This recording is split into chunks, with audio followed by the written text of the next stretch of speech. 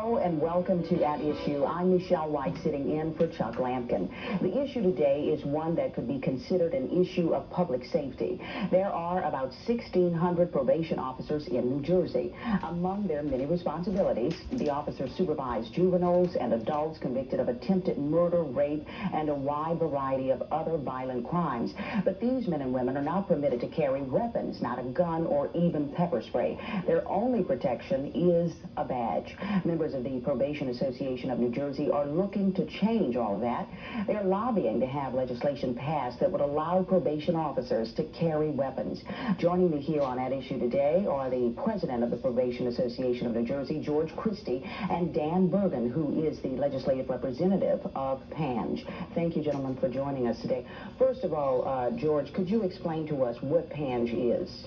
Well, PANJ has been around. PANJ is an association. It's been around since 1904 as a professional association. But about 10 years ago, we became a labor organization, and we started representing our people in terms of bargaining, collective bargaining, and grievances and that sort of thing. Mm-hmm. Today, we represent about 2,500 officers.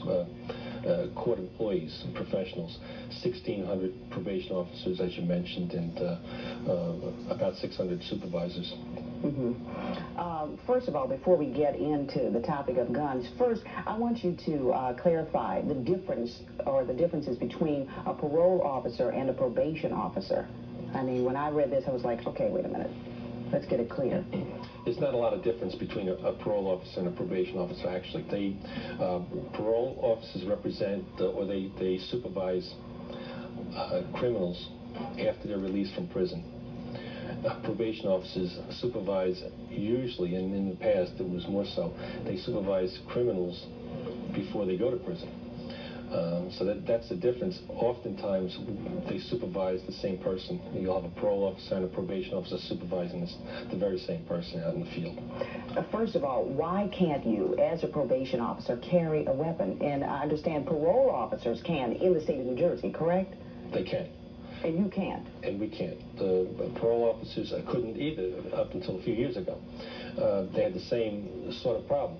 High caseloads, tremendously high, unworkable caseloads, violent offenders that they had to watch. And what happened was something very bad happened. They had one particular incident that caused a lot of attention, particularly with the legislators. It was a murder of some police officers, and that attention caused the parole officers to get other things, to get more resources funded to them, smaller caseloads, and this law enforcement legislation, it got them brought into the law enforcement community. Mm-hmm. Now, Dan, you work on the lobbying side of things, I guess, working with the legislature? Yes, I do. For PANJ? Yes, for PANJ. What's happening to try and change this way and let probation officers carry guns? What type of legislation is being proposed to make that happen? Assemblyman Blee and LaFerve from Atlantic County and Senator Singer have sponsored legislation that would provide probation officers with the training and tools they need to effectively deal with the caseloads we're given today. Caseloads are enormously high. We don't have enough resources, and there are many times violent people on these caseloads, and the association believes that we should be given the same rights, duties, and responsibilities that parole officers have, because essentially we do the same job. What are we seeing more of today, and either one of you can address this, in terms of the type of crimes probation officers are required to supervise, or type of criminals they're to supervise these days? I have a murder on my caseload. At one time I had 3 murderers on my caseload. I have people convicted of aggravated assault on law enforcement officers. Almost 50% of the caseload is drug-related. These people, when under the influence, are potentially extremely dangerous and pose a threat both to the community as well as the officers who supervise them. And that's the key. We're looking at it as an issue of public safety here. Mm-hmm. Tell me, George, what is a probation officer required to do? Do you have to go into these people's homes, apartments? How do you put yourself in danger? How are you in danger as a probation officer? I can answer this question. This is a particular problem for us. For example, we represent the probation officers in Newark. Newark is a very tough city. Maybe one of the toughest in the country, next to Camden, which is right up there. But these officers have to go out. If they don't have cars, they have to use their personal car. Because the judiciary has not issued them vehicles. One of our officers went out, and they have to go to places that are very difficult. It's not so much the person they're going to supervise, as much as when they get out of their vehicle, they're in a neighborhood where they know they don't belong, and the people in the neighborhood know they don't belong. They know who you are, and they know what you're coming to do, I guess. And in one particular case, a probation officer, a female probation officer, went to make a home visit in Newark, and her car stolen. When she came out of the building, her car was gone. And we've had probation officers assaulted by strangers on the street. And the probation officers don't know what to do. They're not trained and told what action they're supposed to take in that event. And it becomes so difficult for them because they're afraid to go make the home visits and supervise and be intrusive in the lives of those people they're supervising. It becomes a tough job for them. Mm-hmm. I mean, you really are at danger, I guess. You're going into neighborhoods where, like you said, folks know who you are. Do you carry a badge? Yes, we carry a badge. Is it visible for people to see? We would wear it around a chain on our neck as other law enforcement officers would. But for instance, in Patterson in November, we were shot at in a housing development. We were with Patterson police doing routine visits, curfew checks, and shots were fired. And we weren't trained to handle such a situation, nor could we even return fire if needed to, if our lives were in danger. You don't have weapons, nor are the officers being trained. That's correct. To use them, and how, I guess, in self-defense. There's no statewide standards here. It varies from county to county, but the ultimate goal is to get everybody uniform throughout the state, have an approved police training course for all enforcement duties that are required of us. We're going to talk more about that. We're going to take a short commercial break, but when At Issue continues, we'll continue this discussion about probation officers, self-defense, and public safety. So stay with us.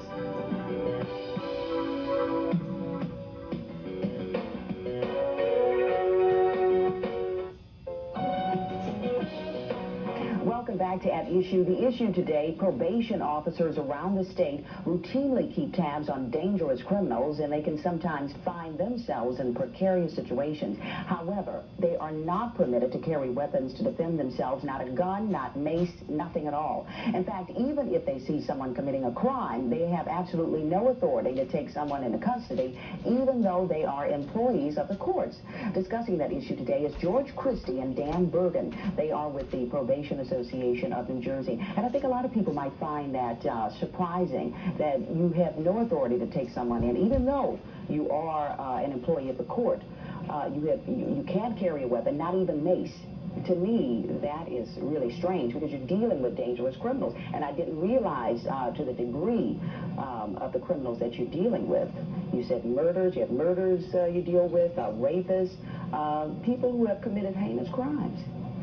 How would carrying a gun make you feel safer? I'm playing devil's advocate here because some people are strictly and solely against it, and you've dealt with them, each of you has. But on the other hand, you've dealt with people who are advocates of you carrying weapons. But how would it make you feel safer? Well, first of all, I don't believe this bill, this legislation, is a gun bill. It's sort of portrayed that way. It's a law enforcement bill, and it provides training and the tools to perform your duties. That may include carrying a gun.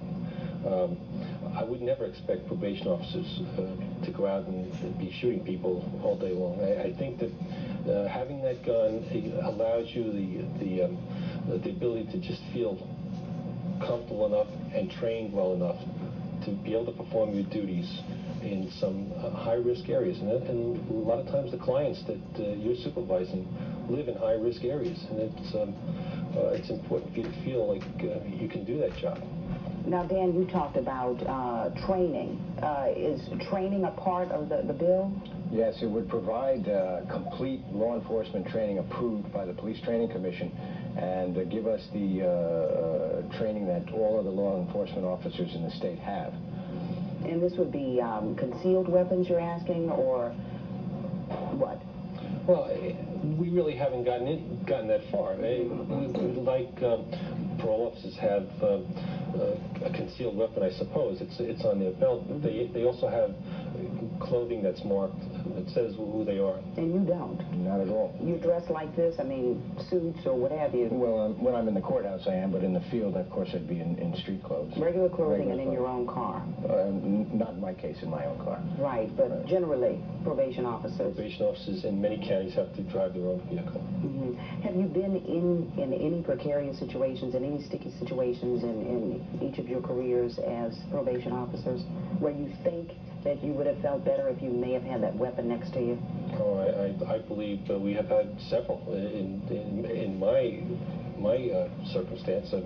I've had a guy report with a knife in his jacket. I didn't know that, and someone told me that there was a warrant out for him. They just told me to keep him occupied for a while, never telling me that there was a warrant. Just keep talking to him. And they finally called the police. It seemed like forever, and the police came in and they grabbed the man and searched him and found this knife, but about this long, by the way. But that, to me, that was very alarming, because I should have been able to do something, or the probation officer in the next room who told me to talk to him should have been able to do something. Absolutely. Do they provide you with cell phones? Do you have a radio? In my county, we're given cell phones and radios. For instance, to amplify what George was saying, a probationer under my supervision committed a murder approximately 12 months ago, and during the course of his apprehension by the police, he aimed his weapon at the two police officers who were going to arrest him. Luckily, the gun jammed twice. He was, in addition to being charged with the murder, he was charged with attempted murder of the two police officers. Ironically, in my county, we make arrests. I was going to arrest that probationer in an unrelated incident just hours after that murder occurred. Now, what if I had gone out to apprehend this probationer with my fellow officers unarmed, and this man had an automatic weapon at the time? We don't want to think about that. We don't want to think about it. It's a public safety issue. What are we going to say to the family of the first probation officer who was murdered? That's right. That's right. Any statistics, any numbers, fatalities, or anything like that in this state or nationwide? Do you have any figures? This state doesn't keep a lot of good records on the number of injuries of probation officers, but there have been a number of probation officers assaulted and attacked by dogs and threatened. I know one probation officer, a parent of a child that he was supervising, tried to hire someone to blow up his car. Because they were angry with him for violation of probation.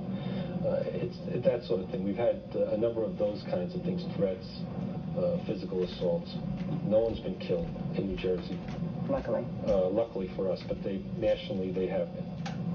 So nationally, I believe there were 15 murders recently. 15 murders? 15 murders. Nationwide? Probation officers.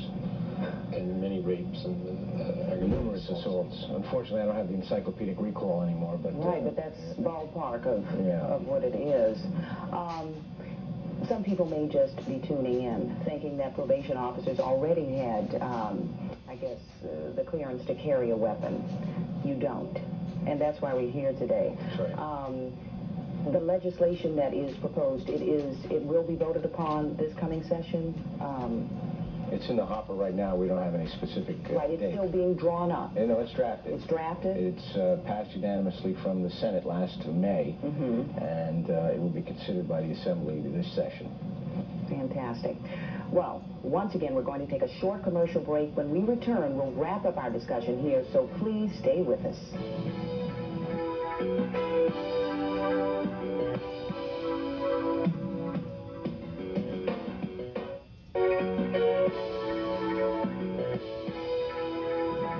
Welcome back back to At Issue. Once again, our topic today is this. Probation officers, the people who monitor violent criminals throughout the state, are not allowed to carry weapons, even though their job sometimes takes them to places where it's very dangerous and dangerous situations. Here to explain why they think that should change are George Christie, president of the Probation Association of New Jersey, and Dan Bergen. Dan is the legislative representative of Pange. George, and Dan, how have the types of criminals that you're monitoring or supervising changed as opposed to 20 years ago? What are the differences today? Well, I supervised criminals 20 years ago on probation. Dan came a little after me, but years ago, they were not quite as dangerous. They were drug offenders who are, not to say that they can't be dangerous, but more of the drug offender type people, petty thefts, and that sort of thing. Today, with the jails being overcrowded and the plea bargains and the attention given to domestic violence and the sex offenses, all these people have been brought up to the probation ranks, and they're a difficult group to watch, and it's almost impossible in your caseloads of 200, 300, 400 per officer. Now you're saying murderers. What surprises me is that the murderers aren't being put in jail, that the judge has, I guess, the autonomy, of course, to say, hey, you're going to go on probation, and that person has committed a murder. And you're dealing with these people today, and of course you are, but 20 years ago was a little different, more lightweight crimes. But today, what you have out there, Dan, more heinous, like he was saying. I'll give you an example of that.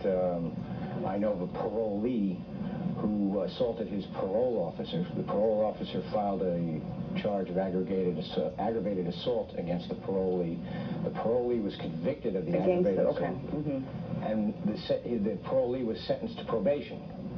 Now, parole officers are armed, and probation officers are not. So what are the chances that this parolee/probationer is going to assault his probation officer? Maybe he thought the probation officer would have better luck? Perhaps. I don't know. I mean, I don't know. So, a weapon. Having one would make you feel more secure in a field? Combined with the training. The training is the key thing, and how to handle yourself in dangerous situations, self-defense issues, how to be trained in terms of diffusing situations, in terms of dealing with probationers on a rational basis rather than a confrontational basis. You just don't want the right to just carry a weapon. No, that's not what it's You're not asking just for that. That's right. You need to know how to act and how to conduct yourself in the field. It should be an automatic kind of movement. They've expanded our role. They want us more intrusively in the community, and I think the community demands it as well, because there are probationers all over this state, and most people don't know who they are. If we're to properly monitor them, we need to be trained in field tactics and issues. Self-defense. Self-defense. And the same training that law enforcement officers get. And there are some 120 folks on probation, 120,000 people on probation throughout the state? That's about right, and about 20,000 juveniles. And about 20,000 active bench warrants right now. And these are bench warrants issued, and people aren't being picked up because the police and the sheriff's departments don't have time to do that sort of thing. They get a low priority on probation bench warrants. Yeah, I said that. I just want to give people an idea of how many folks are on probation out there. Tell me about some of the folks who are backing you. I think you have some big names, some big people in New Jersey backing legislation. Well, Senator Singer is, of course, the sponsor of the bill, along with Assemblyman Blee and LaFerve. We also secured the support of the Sheriff of Passaic County, Edwin Engelhardt, who has written letters and lobbied for this bill on our behalf. And Senator McGreevey. Senator McGreevey, of course. And they've written letters on your behalf, and That's correct. Staunch supporters of Pange. That's correct. So again, you want the right to carry weapons, not just to strike back, but for public safety purposes, not just to be reckless at all. Yeah, I think the public... Let's get that misnomer out of the way. That's right. But I think the public expects that we carry weapons. Yeah, I thought you did. Our legislators believe that we do, and I'm sure that the public thinks we do also. It's probably the appropriate thing to do. All right.